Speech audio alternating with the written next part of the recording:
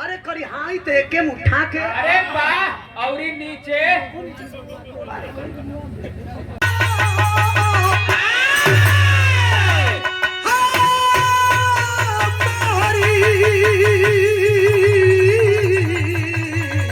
सवरिया भोले बाबा जोगिया हो राम।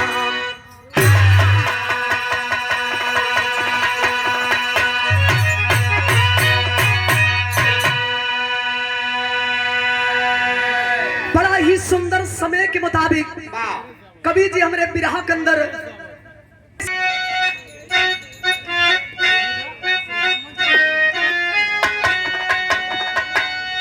आगे बढ़े के तो भैया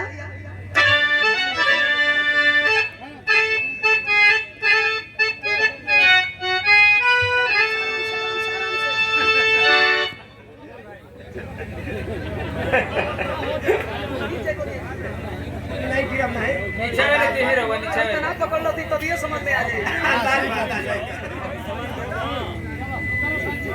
चलिए अब संभाल के उतरो।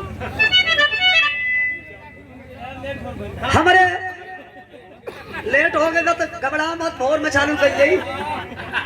सुंदर माला यही दीवानगी है आज। अरे गरीब को ही प्रधान बताते सभी कर्मयन रूप दुनिया में मिलता है फल। हे प्रतिष्ठानपुर में सुघर साहसी नाम सुर से न महिपाल दानी रहे। अरे अंग अंग उठे पीरता की लहरी जंग जो सीली जवाहरी जवानी रही। सिरी बंधा करके सेहरा बुलाए दुल्हनी सरा से सुधरी सी की रानी रही।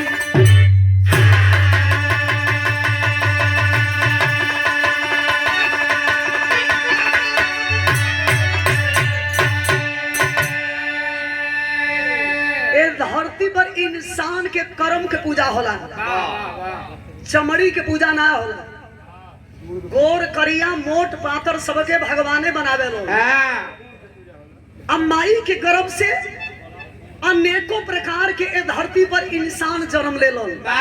जैसे हमारे बाबू रुद्र प्रताप आज ए दुनिया में आइल बनी कितना लोग खुशी मनावत नहीं। तो इंसान इस धरती पे अलग अलग रूप लेकर के आते हैं और अपने कर्मों से इस धरती पे जाने जाते हैं।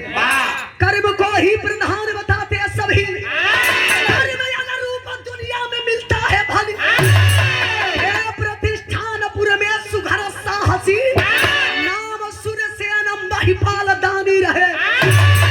अंग अंग उठे पीरता की लहरी जंग जो सीली जौहर जवानी रही। सिर बधा करके सेहरा वो लाए दुल्हन अप्सरा से सुघर जिनकी रानी रही। बिरहा में कवि जी बड़ा सुंदर पुराण गीत के संकेत कैलन बहादुर।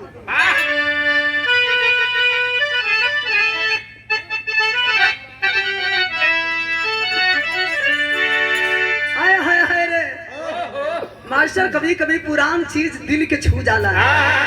जैसे में हो ये हमारे जन्म के पहले की गीत। अरे वाह तमाम हमारे बिरहा के सुने वाला भैया लोग बैठल बनी। ये आप लोग के जमाना के तर्ज बा। कैसे लोग के गीत के गाई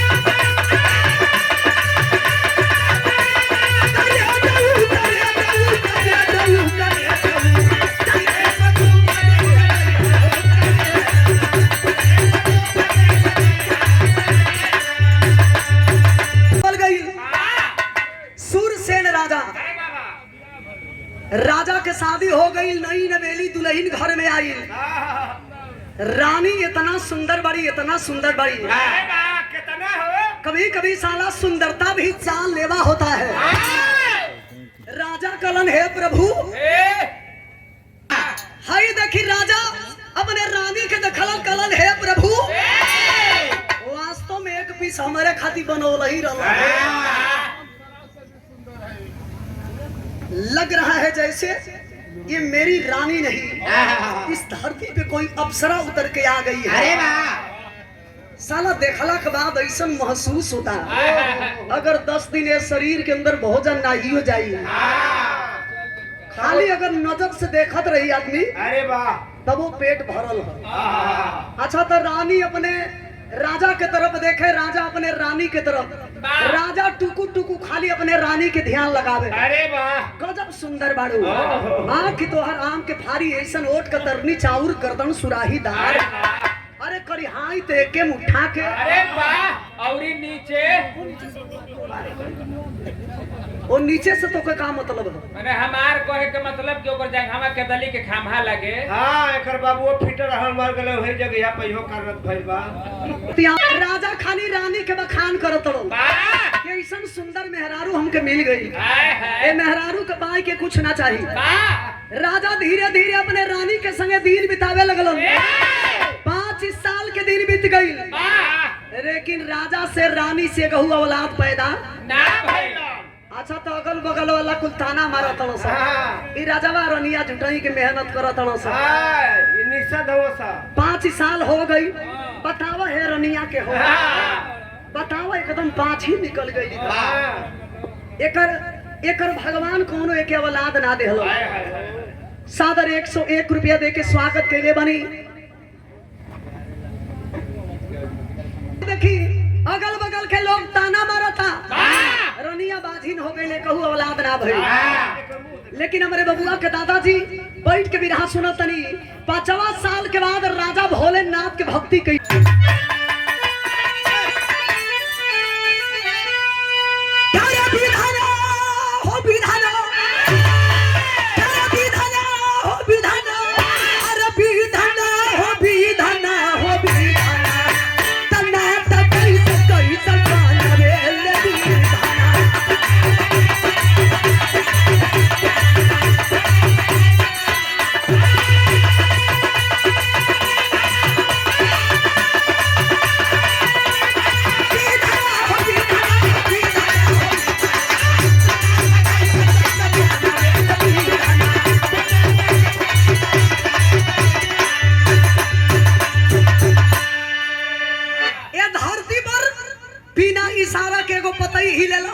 भगवान के भोलेनाथ के जाए के भक्ति कैलन कि हे प्रभु अगर एगो औलाद ना देव तो दुनिया के लोग हमके जिए ना दी।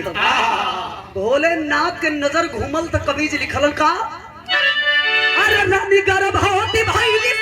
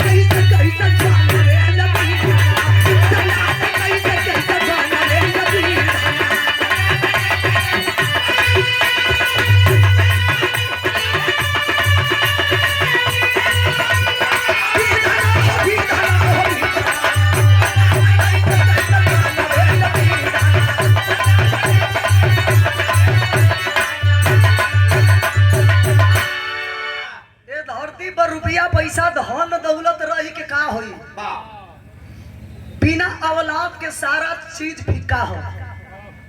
गांव जवार के ताना से राजा रानी परेशान। भोलेनाथ के भक्ति कैला है राजा, भोलेनाथ के नजर घूमल। अच्छा तो 6वां साल तनिको कम कर दे, 6वां साल रानी के पेट फूल गई। पेट फूल गई, रानी के पैर भारी हो गई, पैर में घाव हो गई का। रानी के देह ही लगल पियर आए, है पीलिया भी हो गई। 4 गो हो गई, सब समझबे ना कैला कि पैर भारी कैसे होला। हाँ बिरहा के बड़ा ही सुंदर गायक कलाकार और समाजवादी पार्टी के सच्चे प्रहरी, और जब भी मुलाकात होती है बड़ा ही सम्मान मिलता है। और आप ही के बगल के रहने वाले जिनके विषय में जितना बखान किया जाए शायद कम होगा। तेज लड़का का पहचान है, पटा जा। चुप रहा मौसो यही में बाड़ा चिंता। भूखा गइल बड़ा, भूखा गइल बड़ा।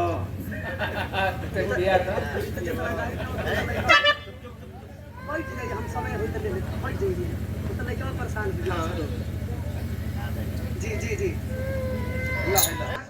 अच्छा था, रानी जब गर्भवती भैली है, ये बात के चर्चा हो गई कि राजा के रानी गर्भवती हो गई। गर्भवती हो गई। राजा जब सुनला हन कि रानी के पैर भारी हो गई, तब मैं प्रजा लोग के जुटावे लगल हन। जैसे मेरे डॉक्टर साहब आप लोग के जुटवले बड़न हमारे बबुआ के जन्मदिन पर, राजा प्रजा लोग के जुटा ले हलो।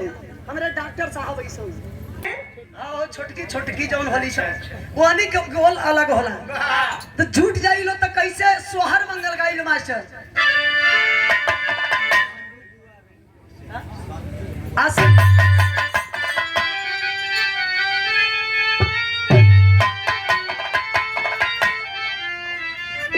अरे कहवा में जाना में रामा, तो कहवा कन्हैया जन्मे हो। ए ललना कहवा में जाना में गणेश तो तीनों घरवा सोहरी होला। ललना कहवा में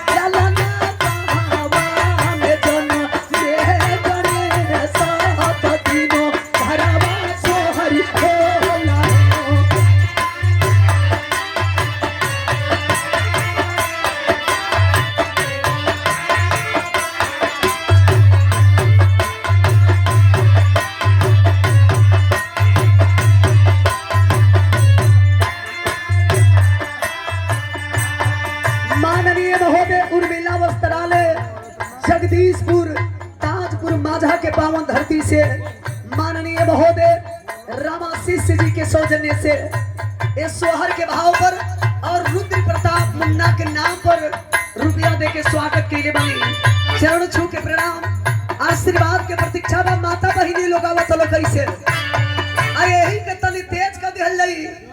तो हमारे जानत हमारे नौगढ़ साइड में यही सोहर के मेरे माता बहिनी लोग कैसे गावे लो, कैसे वो दूसरा ढंग से गाई लो। कैसे वो कैसे गाई लो? अरे कहवा में जाना में रामा,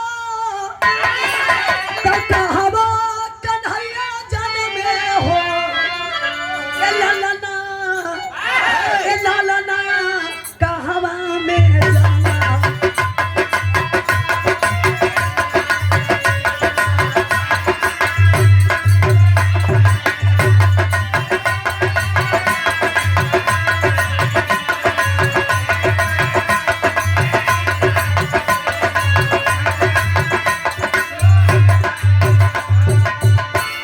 सुनील यादव जी, रजनीश यादव, अयोध्या में जाना में रामा, तो मथुरा कन्हैया जन्मे मथुरा। ए ललना पर्वत बरसीरी आय हा। ए ललना पर्वत पर जाना में अरे साथ तीनों घरवा सोहर होला।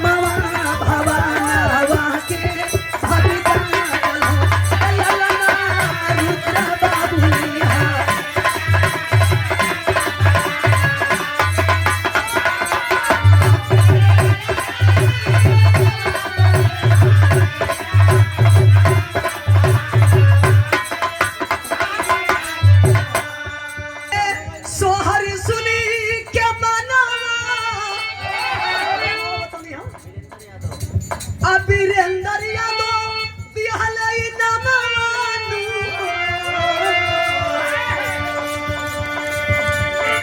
सौभाग्यवान कि हमारे बाबू के पूजनीय अरे रुकिए फ्रंट बोल ले दे ए ललना जानम रहल रुपया होना तारा भवनवा उठे सो ए ललना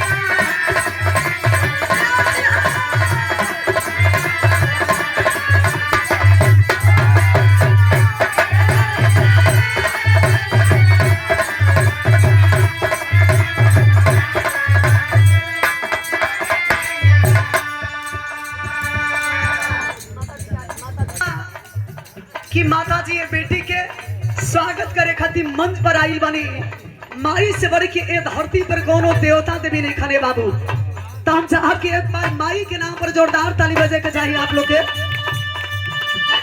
माता जी के चरण छू के प्रणाम आशीर्वाद के प्रतीक्षा बा सीटी ना दे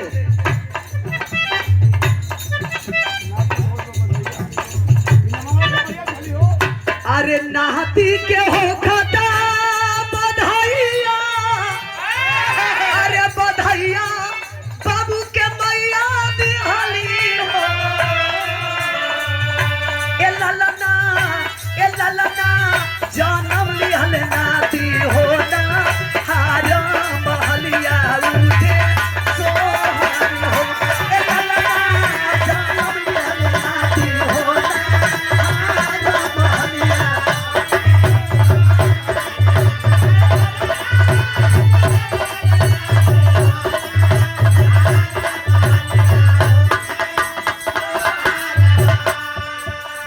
अरे कृष्णा जी बगनमु सुखैनी बधैया हम के दिहानी नु ए ललना एही में तो चिन्हाला की के आइल बा बउआ के आइल बा ए ललना सूर्या मत के भवन ई गा भैया बधैया देखो बहरेला ए ललना सूर्या मत के भवन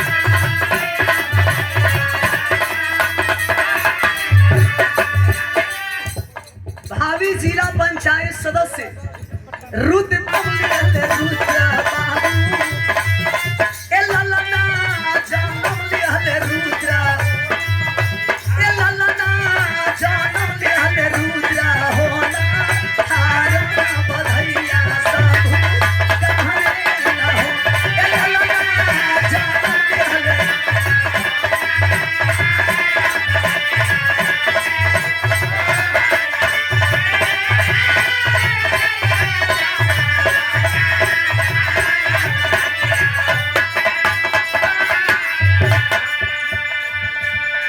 अरविंद यादव जी ए ललना जन्म लिहले रुद्र होना हारा बधैया सब कहरेला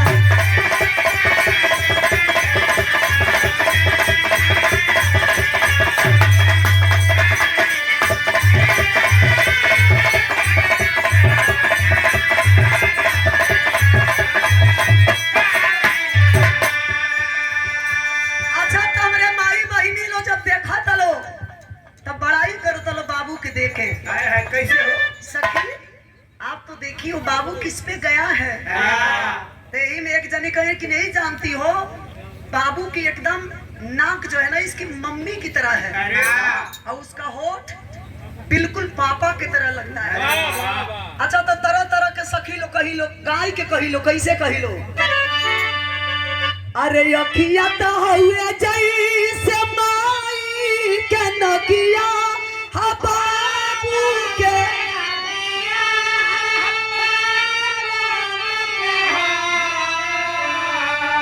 अरे मोरे ललना रे कारे भछन खाली गइबू सने तोहने के कुछ ना दे पूछ अरे यार खाली गइबू सन अन्य को जोगना मांगबू सन त ले ली हसगिनी हस सबेर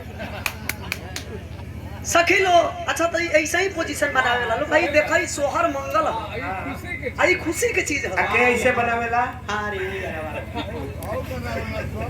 सोहर मंगल गावे खातिर सब लोग जुटेला यही में वो बीचवो वाला आवेला सब बीच वाला के मतलब आरी आरी बीच वाला ना बीच वाला के आप लोग जे के छक्का कहे नहीं ट्रेन में धक्का मार के माल वसूले सब 1+2 तो कहीं सकुल वो अलग भाषा में कहीं से लेकिन माता बही लोग आवत लो कैसे अरे अखिया तो हुए जई से माई के नखिया बाबू के नखिया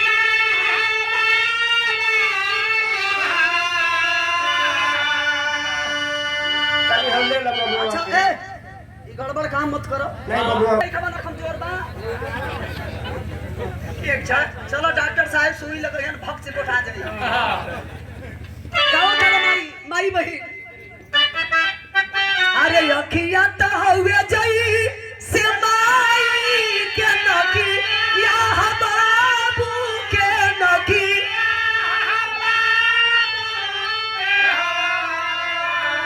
ए ललना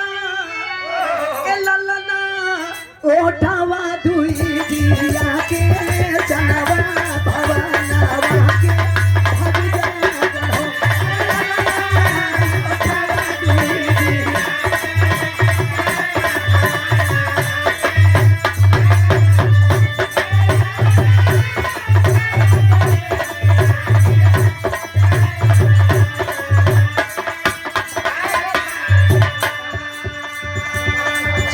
चुप रह बाबू रोवा मत तोहर मामा यही से बड़ो मामा के दे दो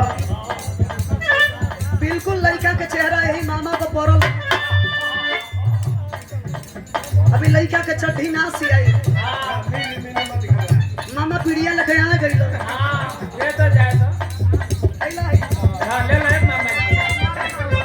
अरे ओरिजिनल मामा तो उधर है आप फौजी बनी देखी कटी मत आदे तो देखे के बाद कि मामा में कितना दम है ए ललना वो ठवा दुई दिया के जनवा भवाना के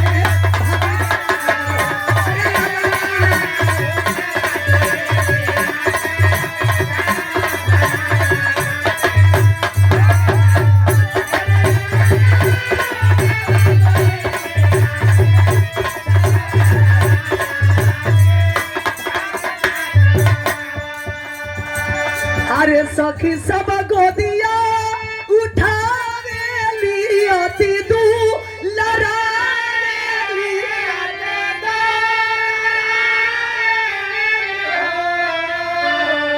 ए ललना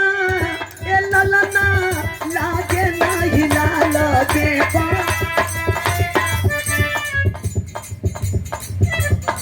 तो बड़ा जल्दी बैठ गया हम अरे सखी सब गोदिया उठावे लियती दू लड़ावे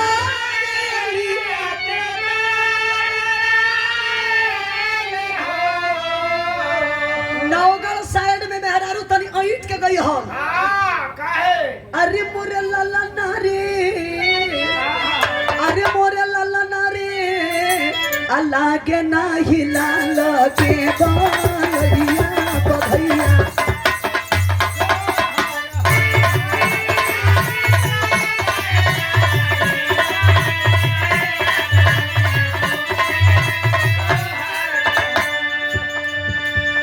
हमरे रुद्र बाबू के दादी जी की ओर से हजारों हजार रुपया दे के सोहर के भाव पर स्वागत करी गई माता जी के प्रणाम।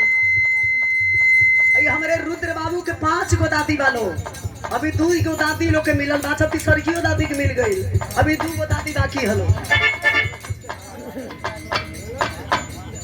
और अरविंद यादव जी देवे के दे दिया नहीं जाए नेक जो बड़ा बरियार लगेला अब तू रोइबो करबा तो हम छोड़ब ना तो के हां ऐसे कि आज नेक जोग के सवाल है अरे मोरे ललना ए ललना जन्म दिहल रुद्र होना हारा बधैया ए ललना जन्म दिहल रुद्र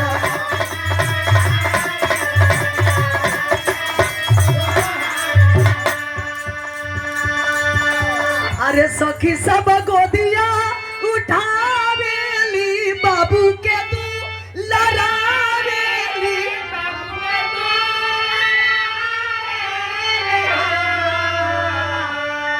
ए ललना लागे महिला लागे ए ललना लागे महिला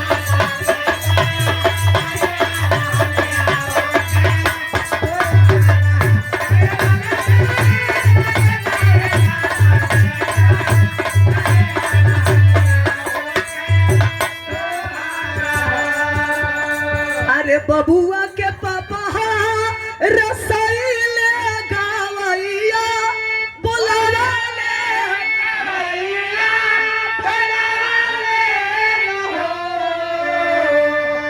ए ललना अदिहले अभिना सोहरी के गवैया बधैया कैसे गाइनु हो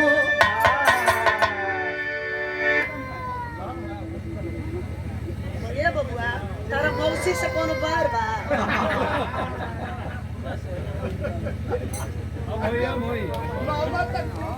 जब लेबे के आवत तो बाबू के धन बचा दे तड़ तू आ मौसी के लगे आके रोए लगा तड़ जाए तो तू बड़ होकबा तो समझब तो से कोई लाल इस धरती पे जन्म लिया है भगवान के रूप में जिनके नाम पे हम सारे लोग जुटे हुए हैं और आपके बड़े पिताजी सम्मान में 100 रुपया देकर के मन का शोभा बढ़ाए हैं कोटि कोटि हम नमन करते हैं आपको अरे भूवरी पार बाबा भूवरी पार बाबा भूवरी पार बाबा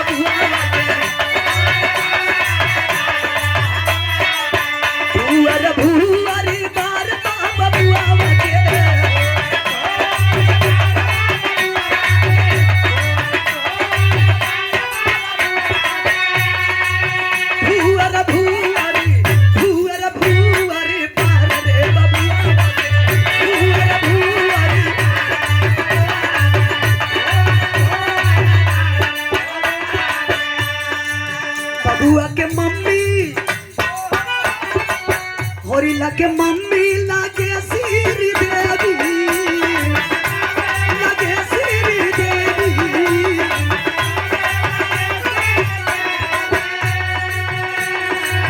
पापा हवे रंगदार रे बबुआ बाटे पापा हवे रंगदार रे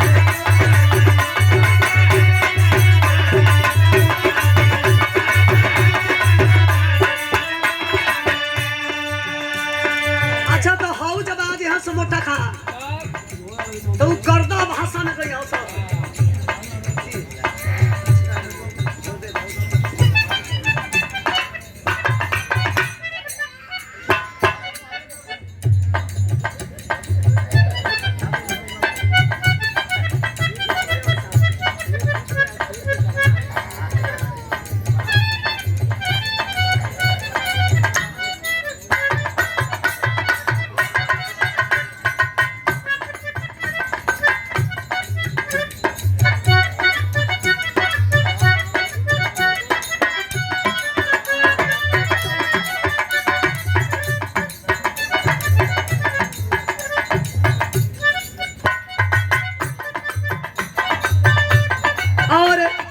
रुद्र मुन्ना के मम्मी सौभाग्यवान पुत्र रत्न की प्राप्ति हुई है आपको और जन्मदिन मना रहे हैं हम लोग बड़ा ही धूमधाम के साथ और हर साल इस धरती पे कलाकार अलग अलग आते हैं और सम्मान पाते हैं। स्वागत के कड़ी में श्रीमती रेणु देवी जी के सौजन्य से आशीर्वाद स्वरूप सोहर के गवाही 500 रुपया दे के स्वागत के लिए बनी बहन जी के कोटि कोटि प्रणाम। और कमला यादव जी सिपाही जी की ओर से भी 101 रुपये का आशीर्वाद, रंगमंच की ओर से बहुत बहुत प्रणाम। कि हमारे गीत के आखिरी भाव बा, ऊ जब यहाँ सतऊ कैसे गई हंस, अरे राजा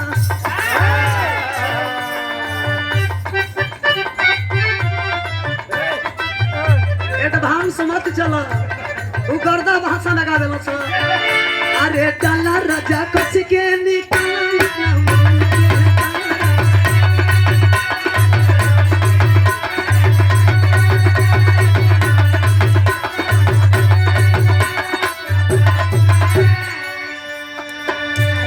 डाले के बीच में, डाले के बीच में डाल देला पगा,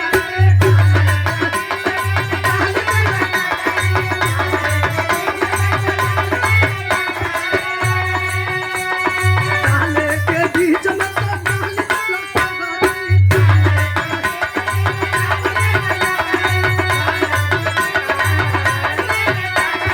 ढेर कुताई बात झाड़ जाई सगरी, डाला रे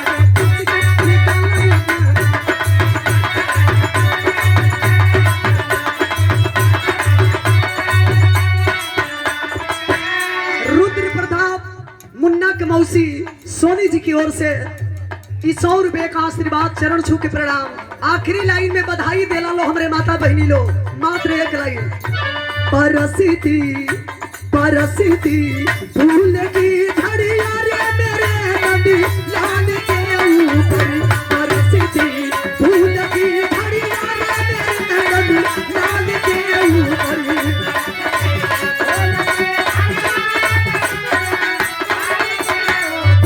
जियो आनंद लाल के मादी, जियो आनंद लाल के पापा, जियो आनंद लाल के मादी, जियो आनंद लाल के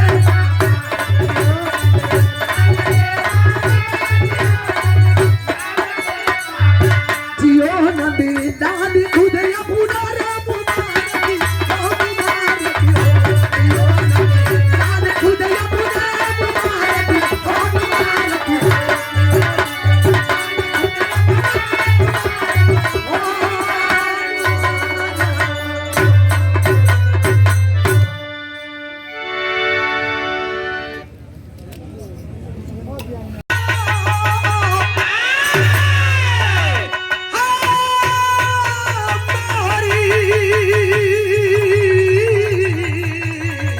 सवरिया भोले बाबा जोगिया हो राम।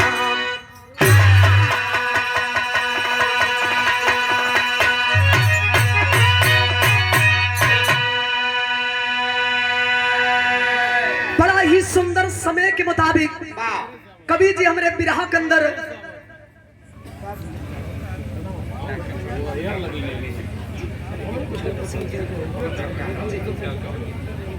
और हमारे डॉक्टर साहब के परम मित्र छोटू जी के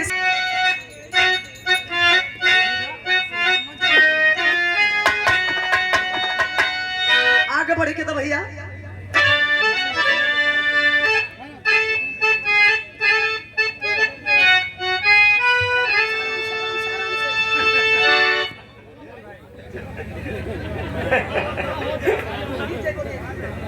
नहीं गिरम नहीं, नीचे वाले देही रहो, नीचे वाले। ना पकड़ लो थी तभी ये समझ में आ जाए। चलिए हो अब संभाल के उतरो। हमारे लेट हो गए तो घबरा मत, भोर में चालू कर जाई।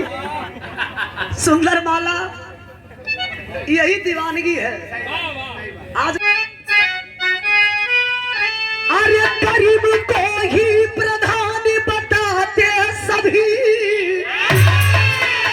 कर्मयन रूप दुनिया में मिलता है फल। हे प्रतिष्ठानपुर में सुघर साहसी, नाम सुर से न महिपाल दानी रहे। अरे अंग अंग उठे प्रियता की लहरी, जंग जो सीली चवा रही सिरी बधा करके सेहरा बोलाए दुल्हनी सरा से सुधरी की रानी रही।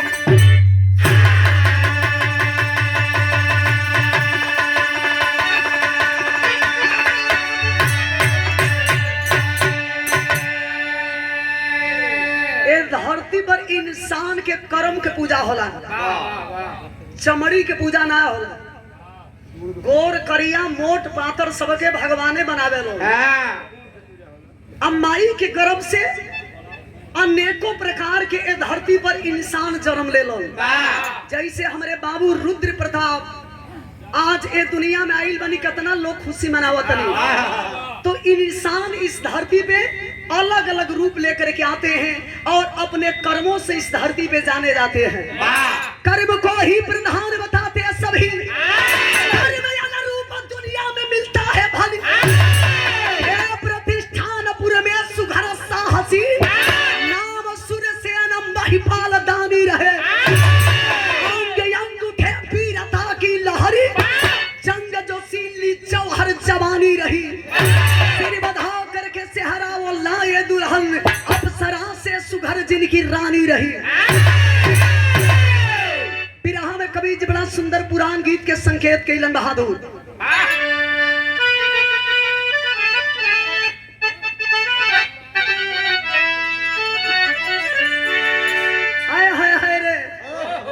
मास्टर कभी कभी पुरान चीज दिल के छू जाला। जैसे में हो ये हमारे जन्म के पहले की गीत। अरे वाह, तमाम हमरे बिरहा के सुने वाला भैया लोग बैठल बनी। ये आप लोग के जमाना के तर्ज बा। कैसे लोग के गीत के गाई?